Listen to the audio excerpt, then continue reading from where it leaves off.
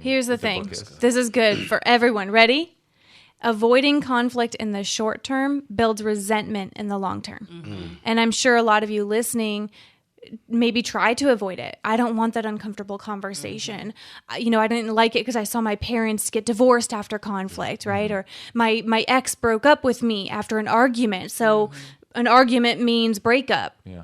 We have all these narratives of what conflict means, but if you're in a relationship that creates a healthy space and a commitment to we're going to overcome any challenge, conflict can actually be something you lean into so that you aren't building up these resentments. Because if over time you're kind of brushing something under the rug, it might not be anything at first, but eventually it'll become a tripping hazard. Mm-hmm. Eventually you just... It can stall the relationship. That's where people feel like, I don't even know how to bounce back from this. I don't know how to repair this. It's because you've been brushing it under the rug for so long.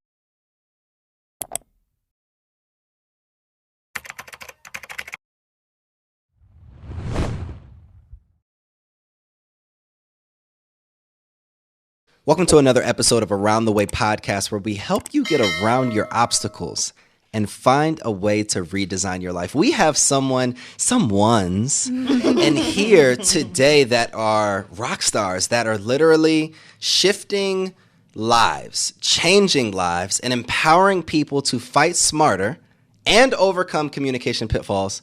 I call them the experts, the queen and king of relationships. How are we, guys? Oh, we're so glad to be here. I love intros.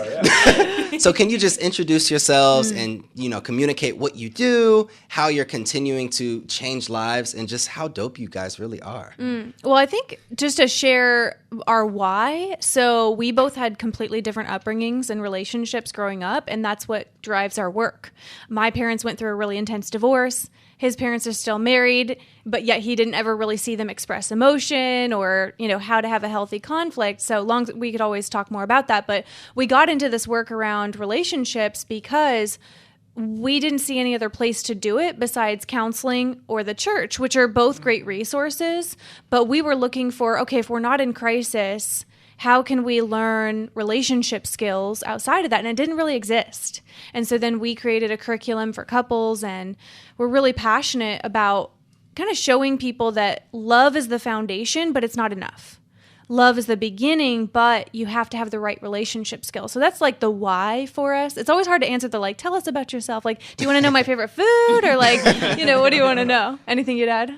Well, it goes back to 2013, and I think upon reflection, this was an area, meaning marriage, that I wanted to set myself up to be successful. Mm-hmm. I mean, I was in a career, I had played sports, so every one of those stops, you're like, how do I get better? Mm-hmm.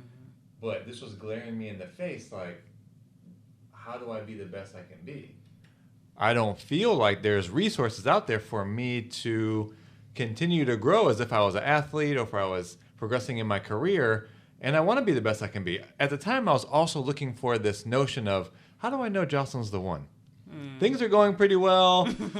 There's love there, but how do I get my heart into this place and my spirit into a place of that knowing? Like getting married, how do I know? Mm-hmm. And I was looking for answers to that, which I think we have found through doing assessments and learning the skills and knowing the areas that make up a relationship. You can kind of gauge and measure where you're at, which gave me a lot of confidence to say, I know where we're at. I feel confident to marry you now, as well as we have the skills so that we can continue to grow together. I love this. So there's a lot of podcasts that we've shot over the last few days. Yeah. But I think me and Kiana could share the same feeling. We're most excited about this specific one. So the overall goal of this season is to, pull back the curtain behind the business. So everyone sees Meet the Freemans. Everyone sees the brand. But we want to be able to understand and just help our audience understand who you guys are as people, right? Because I think so many times Instagram has glorified brands and success stories and testimonials and all these different things, but we never really take time to ask the question of, who are you? What are you really struggling with? How can I honestly and genuinely serve you without asking for anything in return? And how can I just help you be a better person? So who are you guys?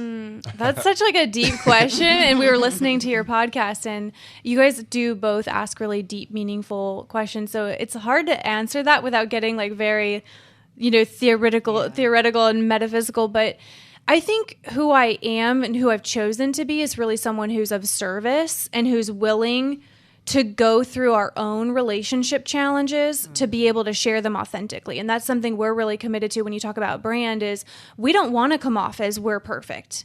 We share all the time in our own podcast or on social media, hey, here's how this argument went yesterday.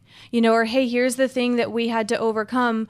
Last year, we even had a moment where we ended the old version of the relationship. Where like this version can't continue. We need to end this version. That's good. And create a new one. And so I think who we're committed to being is vulnerable and authentic in the real relationship challenges that almost everyone faces. So Jocelyn, you're talking spicy over there. Okay. You're talking spicy. I like that one. So you talked about ending the old version of the relationship, right? Talk more about that.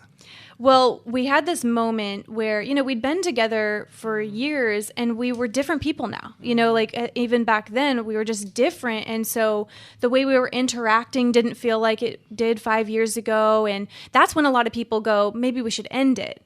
Is when you feel like the person is different now or you're different.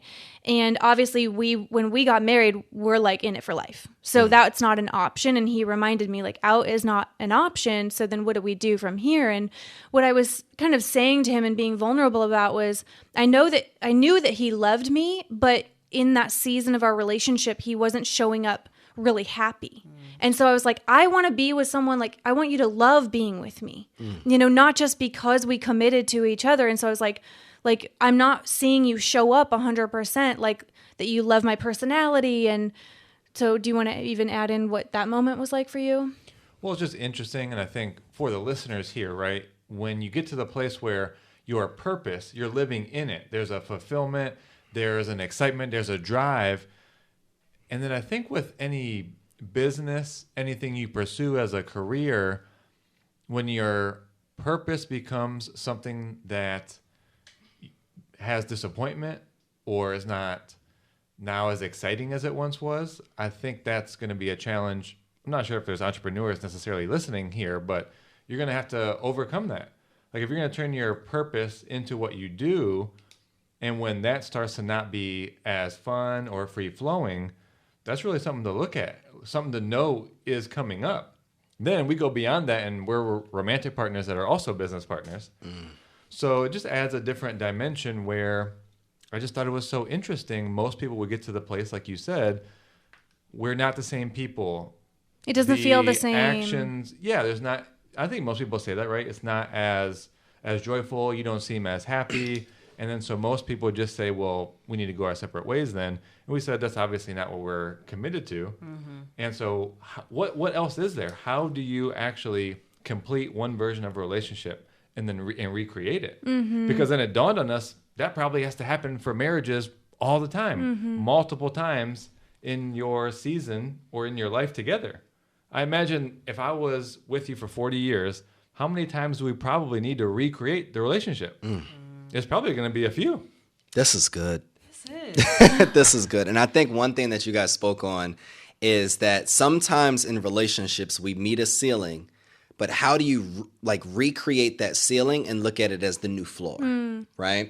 Sometimes we've gotten to the maximum place that we can get as individuals. And how can we look at each other as, my partner, and then recognize that our ceiling won't stop us from, or our ceiling won't lead us to going to another house, but our ceiling is now our floor that we can now build upon. So can you walk somebody through that process? There's somebody listening right now that feels like they're in a relationship that has outgrown them in a sense. What would you recommend to that person to essentially create and end the version of who they were in that relationship to create a new floor so that they could build upon that new foundation? Yeah, so I think it first comes from the mindset of like you're going to change as a human being. And if you don't, you're stuck, you're complacent. And obviously, if you're listening to this podcast, you're committed to growth. You're committed to your next chapter. And in relationships, it's going to be the same. And that was new for me to realize, okay, we're going to have to discover the new version of each other. Like, who are you now? You know, you're different and it feels different and our energy is different. Like all those butterflies and excitement in the beginning, it evolves. It's different after being married for 5 years. And so what we did in that moment and what we now even show couples is you first have to celebrate and acknowledge that last chapter of your relationship. Like, what did we learn about ourselves? What do we want to celebrate? What were some of the challenges we overcame? You know, how did we evolve as individuals? So you really want to acknowledge and celebrate that past chapter or version of the relationship. And then we really declared like a line in the sand. Like we're drawing a line in the sand, and what was before this was the past. And now this is going to be the future. Well, how do we both want to show up in the future? What are we committed to? And people don't stop and ask themselves, what do? The vows. I promise to love, honor, and cherish you. And declare those vows once. And then they never return to redeclaring their commitment to the person. Mm-hmm. Aaron, what else do you think made a difference in that conversation? Well, like in our first book and where we kind of started our whole relationship coaching journey was realizing that couples need a specific vision statement. Like you need something tangible and not just like a vision board that you post on the wall. You know, so we came up with these 5 steps to actually create something you can remember, something that inspires you, something that aspires you for more. So it has different elements about what type of experience you want to have, what are those activities, but probably even most important, what is your relationship here to represent? And that's what we recreated. That's really what you create when you're creating a new floor from a ceiling that you've reached. What is this vision statement? What is our relationship here to represent? And essentially, maybe you reach your vision, maybe you don't, but you can set it high enough to where it just always is pulling you forward. Now, we say that because what are most couples' visions? House, kids, career. Earn a certain income, and then they achieve that, and then there's not the next thing they're aspiring for. Mm-hmm. And that's where kind of stagnation comes in. Mm-hmm. Exactly, yeah. And it just might come from what you've seen from the past. I mean, we were listening to the episode about feeling forward, and you talked about even taking your feelings back to when did I first experience this? Who did I see do this? Who modeled that to me? Was it my father? Was it my parents? And often you have to think to yourself, was I living into a vision for the relationship that I adopted from somewhere else? Mm-hmm. Mm-hmm. Was this the vision that my parents had for me? Is this something from a movie? Is this something I saw like from my uncle or friends, or just something that has been told to me? And this is just always a place to come back to. And I think that's what you recreate when you want to recreate the relationship. I want to shake the table a little bit. Okay. So we talk about great communication, and you guys have great communication. You guys are essentially like the model couple for relationships, right? Where people aspire to go. But the reality of it is as you're recreating this version of your relationship, you're going to have a crucial conversation.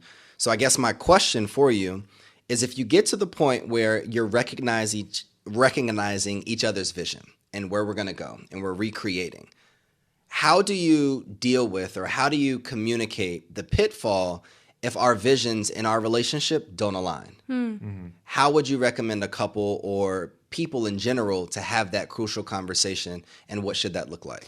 For the most part, in our conversations we've worked with hundreds of couples privately and have had thousands in our workshops. Mm-hmm. We very rarely see a couple that can't create a vision that includes both of them.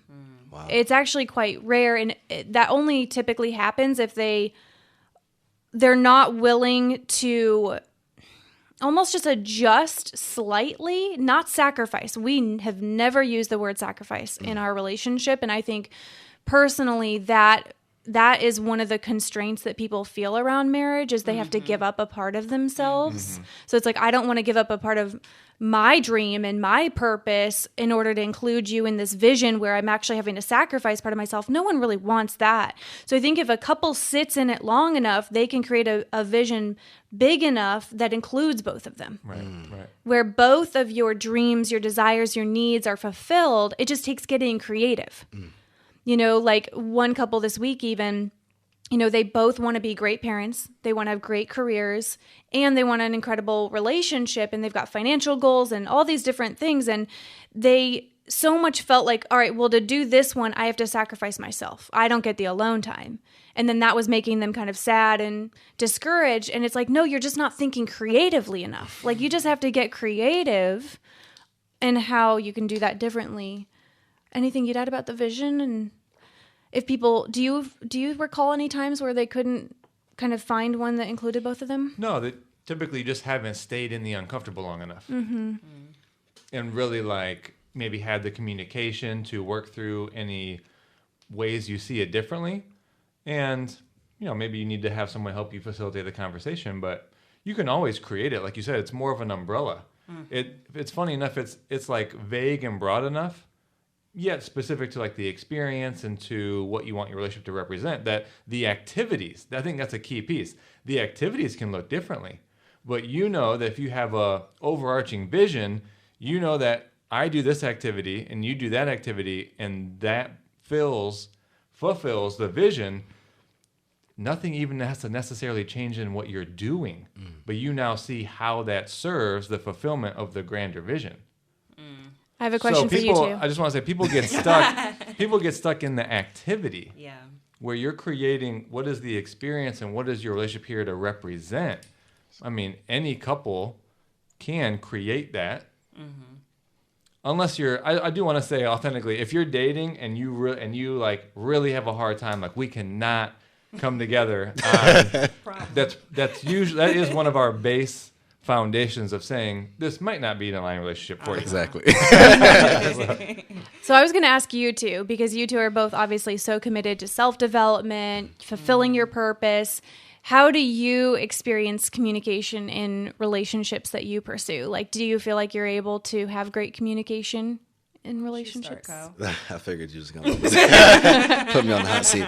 I think that in just being honest and authentic, I think I've gotten a lot better. I grew up in a household, two-parent household. My parents have been married now for 30 years, and I've witnessed their communication. I've witnessed their relationship, and I've seen things that I love, and then I've seen things that I would rather not introduce into my current relationship. So currently, it really just depends on my communication style. I feel like when I'm getting, this is interesting. When I'm being held accountable for something that I know is probably right, Here we go. I'm going to use every single skill that I've learned to get out of it. And I've learned to accept it, to hold myself accountable, to receive what that person is actually saying as not attacking my character, but caring enough to communicate to me to make me better. And I check the source. So I truly believe I would not go to somebody that has never started a business and have them teach me and coach me how to build $1 million business. I would never go to a heart surgeon for my teeth. There's just certain things. So I believe that you have to check the source. So when you take advice from somebody, I truly believe that you take on the lifestyle of that person. Right. I recognize that I would go, when I was being held accountable, I would go to the friendships that would be the yes men. And it's like, hey, let me tell you what happened, and then I'm going to just manipulate the situation so that you can tell me that, Kyle, no, they're tripping. They're wrong, Kyle. Yeah. And all, like, in my head, I'm just like, no, like, you're definitely wrong in this situation. And then as I sit with it, you know, with myself and then pray on it and then journal and reflect and then actually go to wise counsel like my dad, it's interesting because I go to certain people when I want to hear the truth and I go to certain people when I want them to kind of stroke my ego. But then I go back to that person and I apologize. But now I'm getting to the point where before it gets out of hand, I have to just take it, receive it, give me a few seconds, give me a few minutes, I'm going to call you back in a few minutes.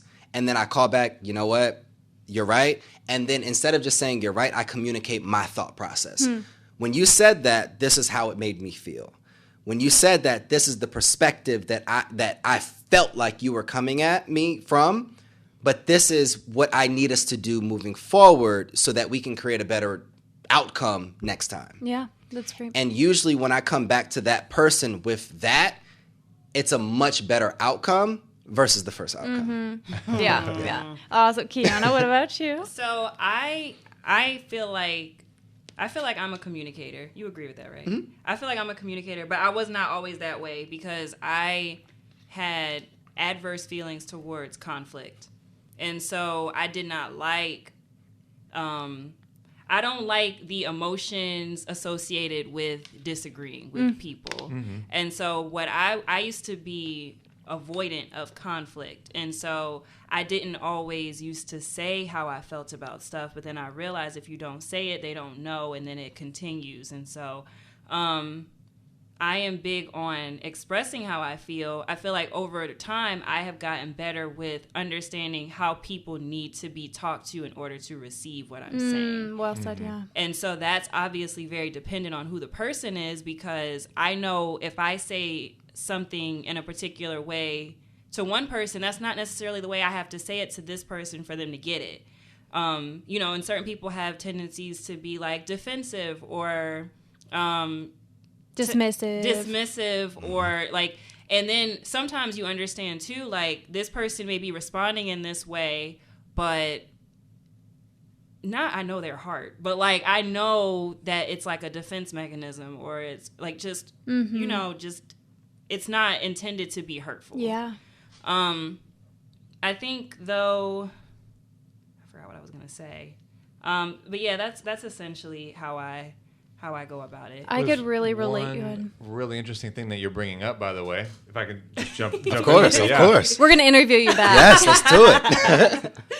See, I love that you said this because I thought this way for a long time too, and many people judge the compatibility of a relationship based on their communication. Well, whether I'm a communicator and they're not. So Jocelyn came up with this phrase, communication is not one size fits all, which is a summary of, we came up in our book here, chapter 8 is about the 4 communication personality types. Tell me more. Man, thank you for saying that. Yes. I mean, we realized that based on 2 dimensions, whether you're on the scale of assertive to reserved and then flexible to inflexible, that gives you 4 types. So you can be assertive inflexible, assertive flexible, reserved inflexible, and reserved flexible. With that sort of map, and when you can look at the person you're in relationship with, romantically or your friend or your uncle or your dad, whoever, and you can see the type that they are, that opens up a world of the ways in which you should approach them, the ways to communicate to them, and the way to listen to them, and even more so, how are they best held accountable?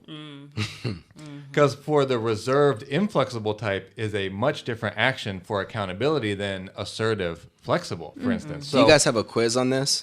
We do. This is like the love language for communication. You guess what? We launched it 2 days ago. Oh, wow. Yeah, so that's, people can go take that online. Tell the audience where to find it really quickly. It's called My Couples Quiz. So you can find out your partner's communication personality type, because you want to understand your partner's type even more than yours. Yeah. That's cool. And just to even get it on the court, we discovered this because we had 2 very different styles of communicating. I'm like, if I want to talk about it now, we're talking now, right? Yeah, I'm not that guy. Just give me a minute. And, you know, the assertive types tend to... The assertive types tend to process out loud. And, you know, sometimes people say, like, you're repeating yourself. That's me. Right? What assertive types do need to say it, sometimes multiple times, to really get it. And they process through talking.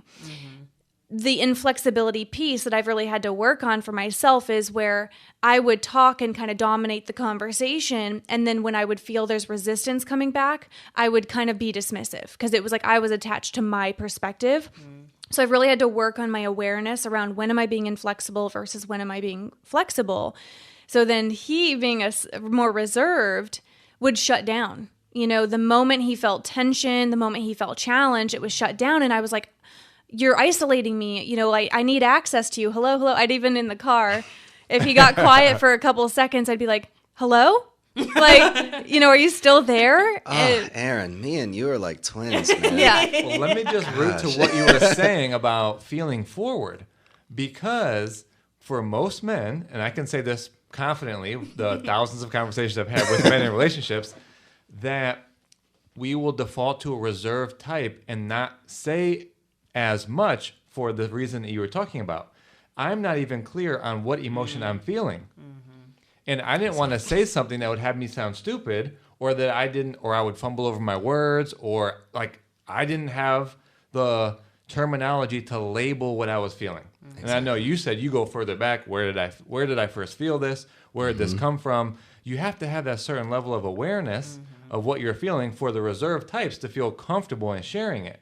So when Jocelyn's telling me, well, what are you feeling? Where'd you go? What emotion you have? I don't know yet. I literally have no idea.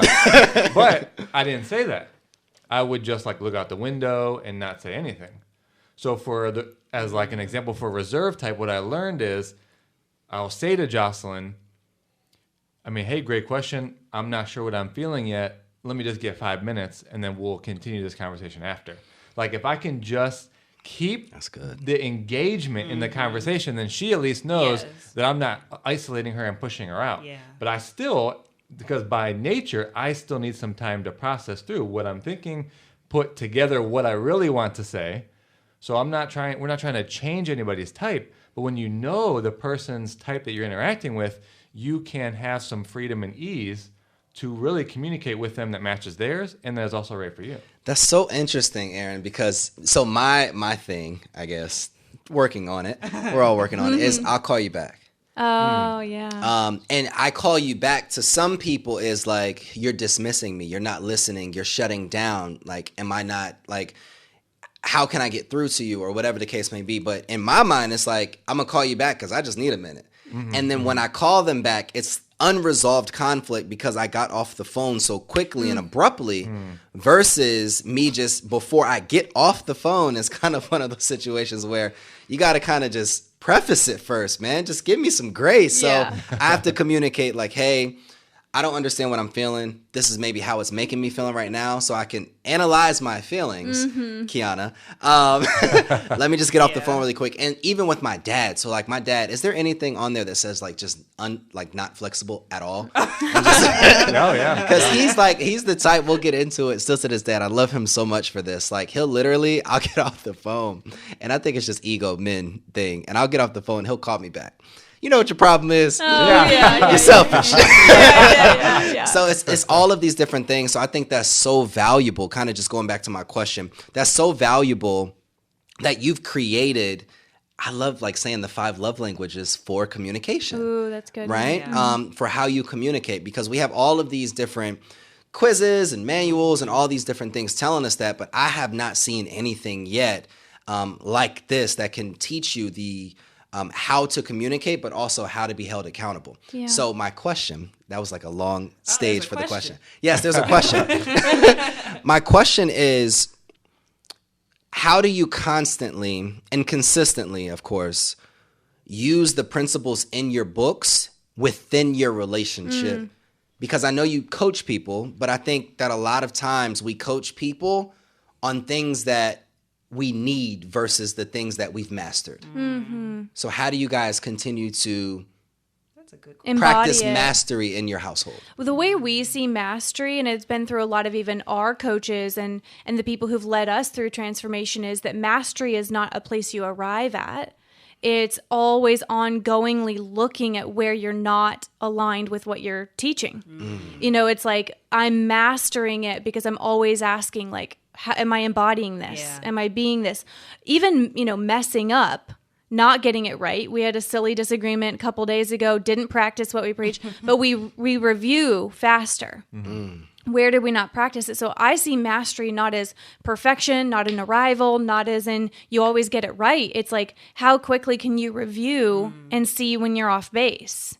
So that's the way I see mastery. And I think we're just really committed to the work, so we're always checking in on like, we also writing this book really checked us, like, are we practicing this? And that I even wrote in the book, so the book is called The Argument Hangover. Literally, there's a page in there that says, we had an argument hangover while writing this argument hangover. I mean, we want to be authentic about it, and for me, it was around feedback. The chapters that we wrote, Jocelyn had feedback. It was hard for me to hear at first, right? Just put me in an argument hangover. I'm like, this has to be perfect. Like, I'm writing a book about argument hangovers and having one. That's so good. That's so good. We're gonna take a commercial break here. Okay. All right, guys, we are back. So we've been having a really insightful conversation with the Freemans. That's what we refer to you as. The Freemans. Yeah, that's people don't even know our first names. They're just like, oh, hey, Freeman. Freeman and Freeman. Right there on the bottom of the book. the Freemans. Yeah. I love it.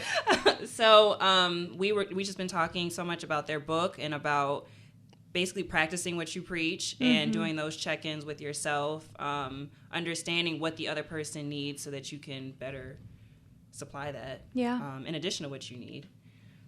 So do you want to... Yeah, we're going to twist it up a little bit because we like to have fun on the Around the Way podcast. So I feel like both of them. Introduce it. Okay. Yeah, it's 2 now. Yeah, so there is a red box in the middle of the table. Okay. So in the box are some questions. I would like for each of you to pick a question, read the question, and then answer the question. Oh, for ourselves. Yes. Yes. I feel like I'm in like a dangerous game. Okay.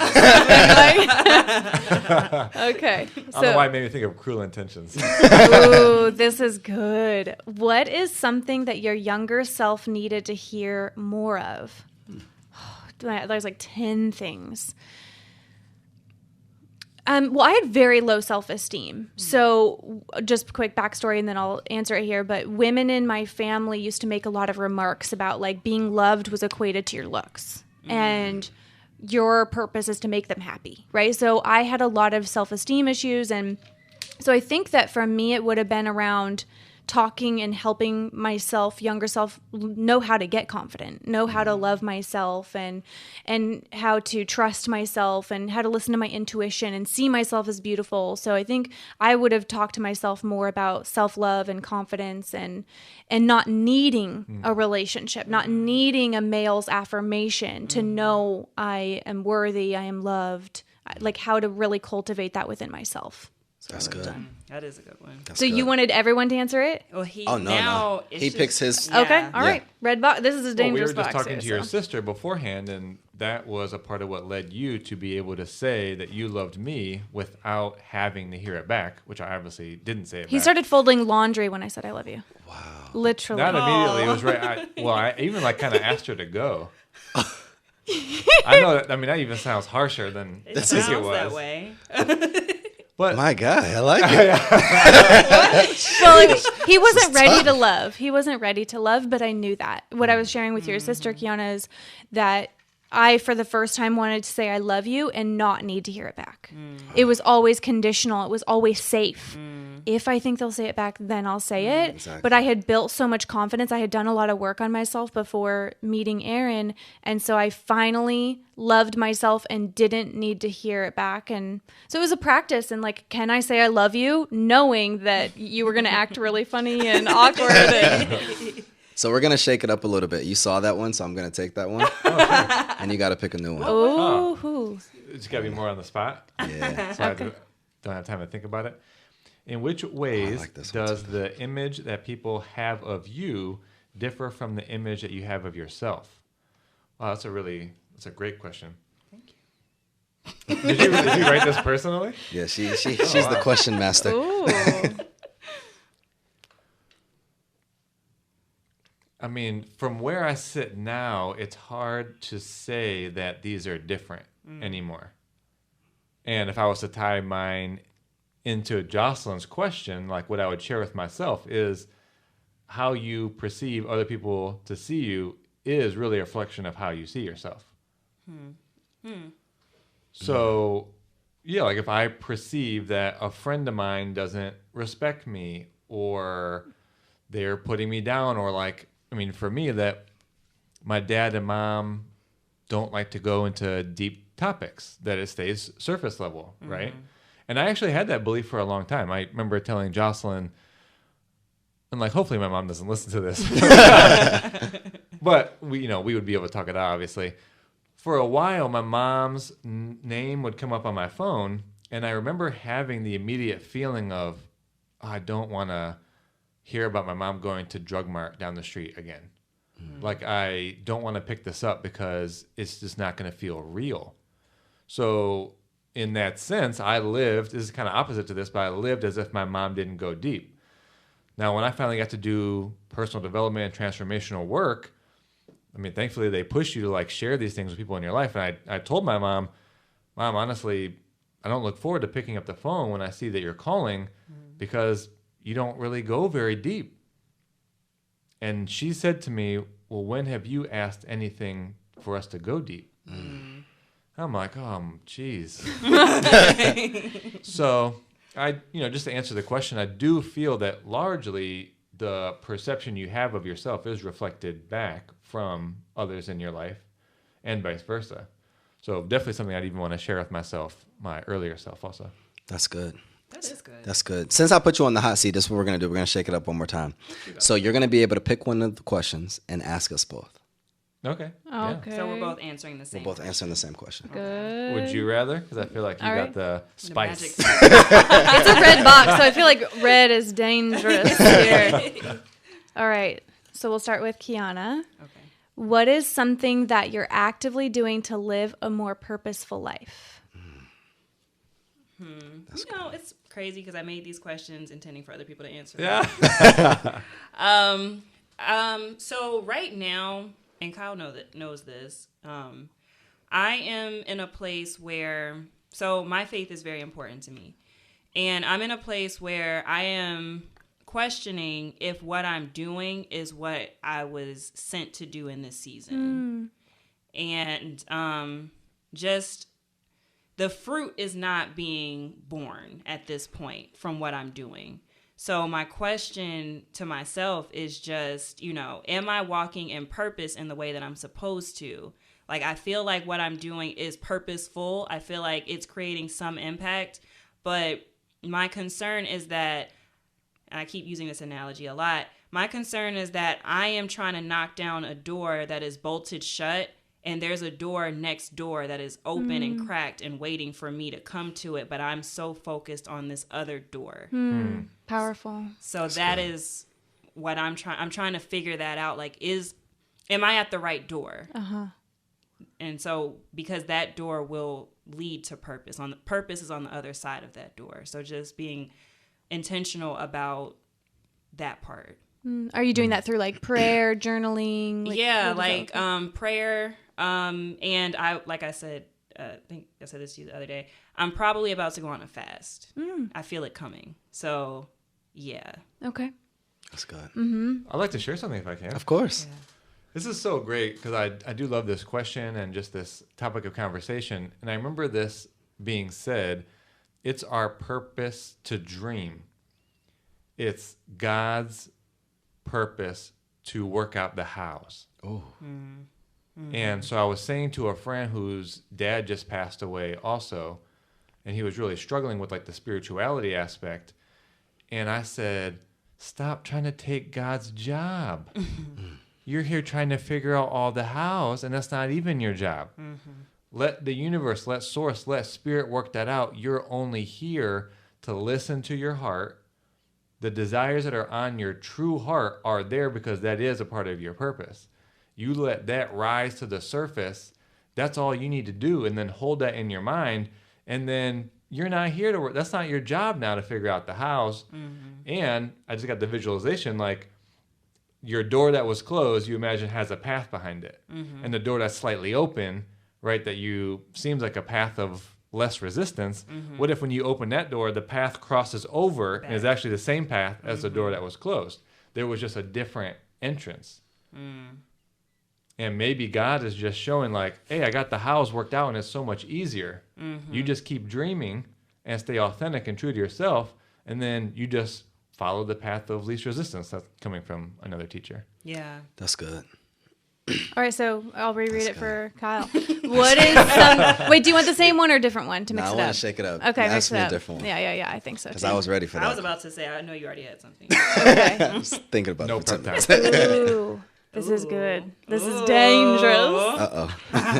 If someone close to you were to describe you to a stranger, how would you hope to be described? Wow. It's interesting that we asked that first question to Kiana, because I feel like how I would want to be described is kind of the same answer of who I'm working on now, right? Little backstory. So I think for the longest, I was always identified as Kyle the entrepreneur, or Kyle the author, or Kyle the educator, or Kyle this, Kyle that, Kyle this. There was always a title attached to the name, you know? So I've gotten so caught up in the pressure that came with that title that I haven't really been able to focus on the purpose that God intended for me to walk in. So now, after a fast and, you know, really getting connected with God and all of these different things that are now occurring and removing and clearing the land for me to be able to now pour the foundation, or God to pour the foundation so I could build my house, how I would want somebody to describe me is a vessel. Just one word. I want to be a vessel for people to do three things, right? I want to be able to educate. I want to be able to have like somebody, let's say, because I think about the friend like that is closest to me, Dante. If he was to describe me as somebody, he would pretty much say that he's an educator. So he's going to want to teach you how to not only do something, but activate something within you. He's going to be able to, he's a provider, but he's not just going to provide you finances. He's going to provide you a plan or a person that could be able to help you get one step closer to your actual goal. And he's faithful. From a resiliency standpoint, from a overcomer standpoint, but also he'll pray for you and he'll pray hard for you. Wow. Because I finally have found the confidence to pray for myself and pray for people who have just betrayed who I thought, like, just betrayed me or hurt me. When I got to the point where I could pray for the people that hurt me the deepest, I knew that God was now working through me for other people. Whoa. So if I could just be communicated as a vessel that helps educate people and activate something in them, provide something for them, whether it's a person or some type of plan, and then really just is an embodiment of faith from a resiliency standpoint, and then also from a prayer standpoint, I'd be cool with that. Because those are three things that aren't titles. Those aren't nouns. They're all verbs. And we're not a sum of our accomplishments. We're a sum of our actions and our decisions and our behaviors. And the man that I was 10 years ago would have laughed if I would have given that description, because I lived for accomplishments and I've done them all. You know, whether it's financial, whether it's accolades, all these different things, they're cool. But it's how you make people feel in like we were talking about earlier, the experience that you create in somebody's life that means everything to me now. It's a great question. Yeah. Kiana came up with it, so great question to Kiana. Those are awesome. Thank you. So just resetting the room, I feel like it's like getting really hot in here. I don't know if it's just me. It's all the authenticity and the Yes, truth. definitely. It's the truth heating it up. Literally. So we've talked about the book. We have the book on camera. Could you just introduce the book and just what would somebody gain from being able to read the book? Yeah, so the Argument Hangover, we intended to be a very relatable but also practical book on how to communicate better and fight smarter. And specifically as a couple, but someone said to me earlier today, I can apply these things with everyone in my life. You know, these are principles I can apply with my coworkers, with my friends. So, of course, we have it set in a romantic context, But whether you're in a relationship or not, like, you want to be prepared for a healthy romantic relationship. And something that's important to us is we don't want it to be just philosophies. You know, we hear these, communication is the key to a relationship. And people are like, great, I get that, but what does that look like? So we give very specific examples of, like, what does it look like when you're not listening versus listening?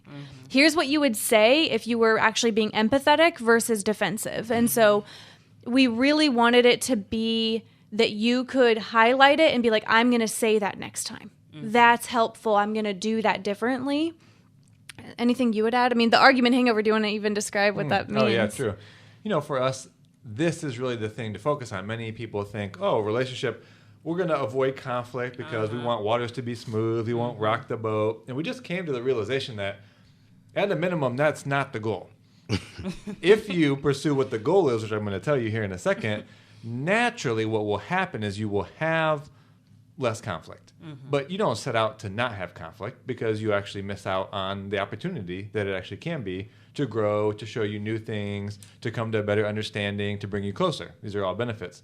So we think the main challenge in a relationship is the argument hangover, which is that period of time from when you have a disagreement that you typically feel low energy, you might feel guilty for the things that you said, you feel maybe embarrassed, you feel sad, you're very disconnected, and then that lasts until you fully resolve it emotionally. Now that entire time period, which for some people can be a few hours, for some people can be days, weeks, there are certain topics that people just avoid and they actually have a hangover for years.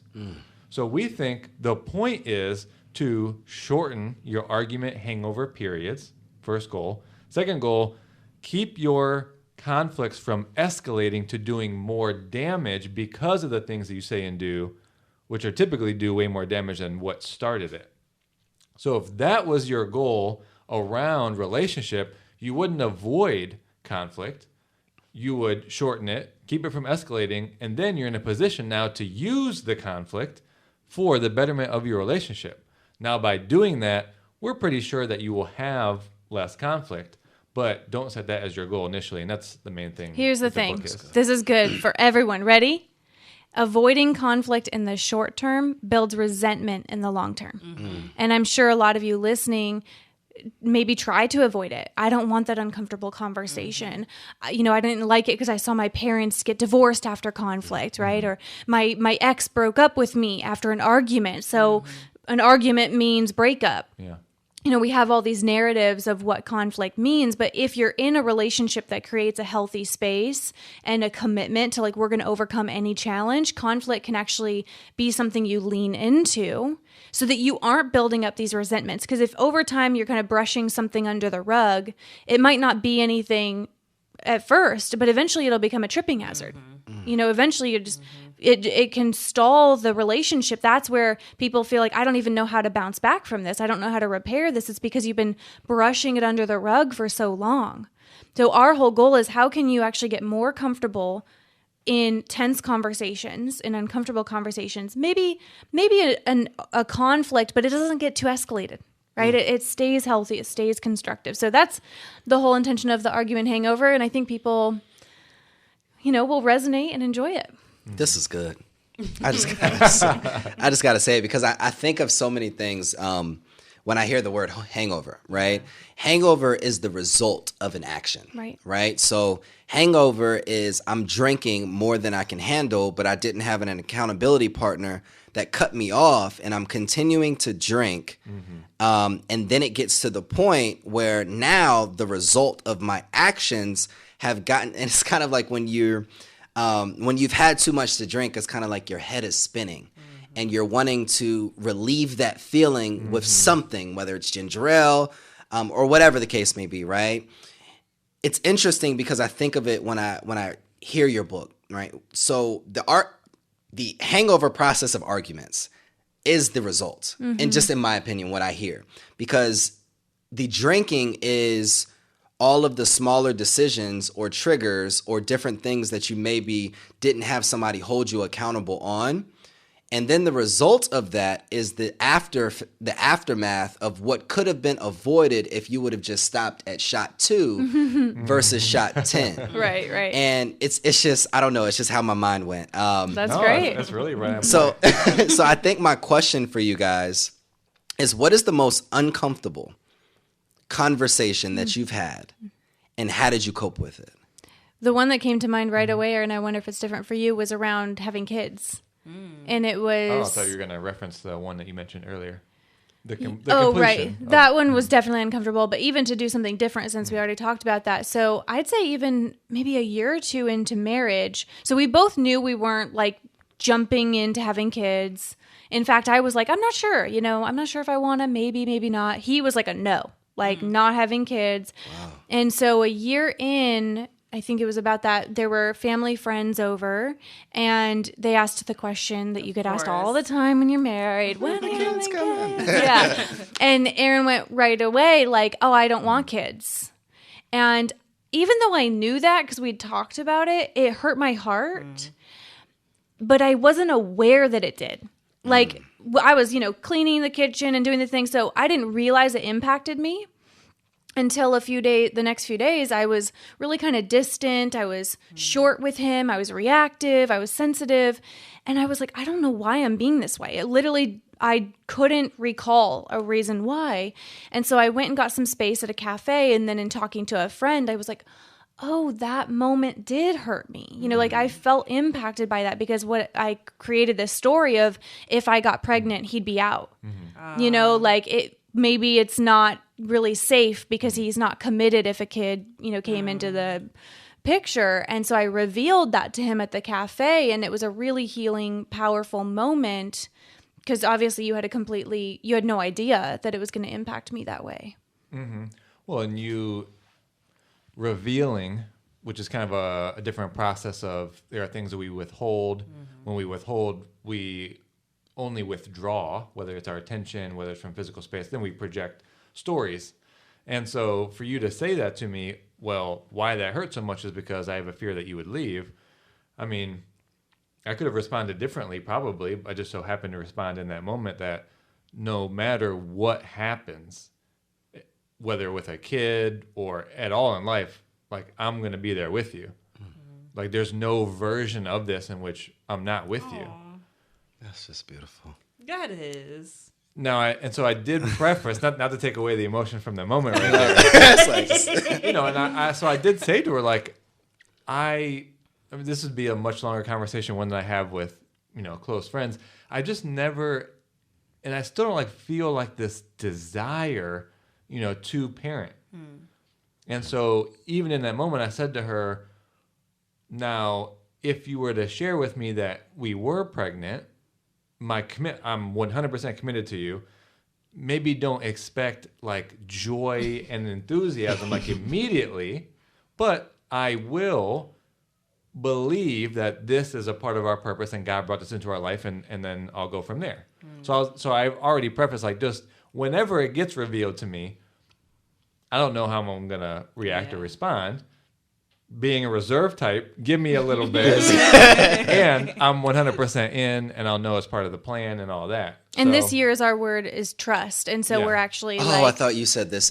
Sorry to cut you off. I thought you were getting ready to say this year we're gonna try. Oh yeah. And I was like, oh my God, this is I didn't know we were gonna go there. Well, we aren't actively trying, but we're now trusting, and we're not blocking it. And so now we're leaving it up to God, and if it's supposed to happen, and that was a breakthrough for him, and being open to if that's the divine plan, that it will happen.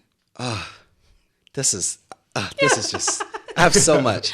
So we're going to try one last thing. Okay. We're going to do a rapid fire exercise. All right. And I want Aaron to go. Okay. I want Aaron to go. So I'm going to say a word, and you're just going to say the first word that comes to your head. Okay? Marriage. All I thought was marriage. You got to go faster. You got to go faster with rapid fire. He's the reserve type. Do you want a different word or still? I'll do a different word. Jocelyn. Loving. Happiness. Life. Children. Someone else. Communication. Foundation. Purpose. Pursuit. Failure. Take another look. I don't know. It's just what came to mind. What are you thinking? I just, you know what? I love you guys. Aw. I feel like this was all that I expected. Yeah. Like everything that I expected in like such a great way. I feel like I could talk to y'all for like Hours. Same. Like, This is good. yeah, because I mean, for everybody listening, this is only the second conversation we've ever, like in person, that we've had with, you know, you guys. So it's like, I don't know. It was different. This conversation was different, right? I agree. Than all the other ones. I agree. Yeah.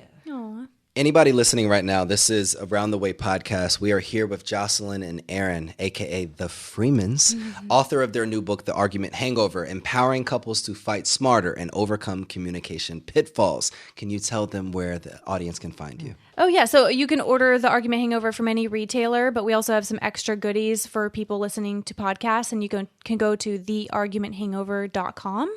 $200 worth of courses, a workbook to debrief after conflict, modules to be able to learn about communication in video form. So that's at theargumenthangover.com. There it is. You guys have heard from the relationship gurus, the loving, the amazing, the impactful Jocelyn and Aaron, a.k.a. the Freemans. This is Around the Way podcast, and we'll see you guys next episode. Bye.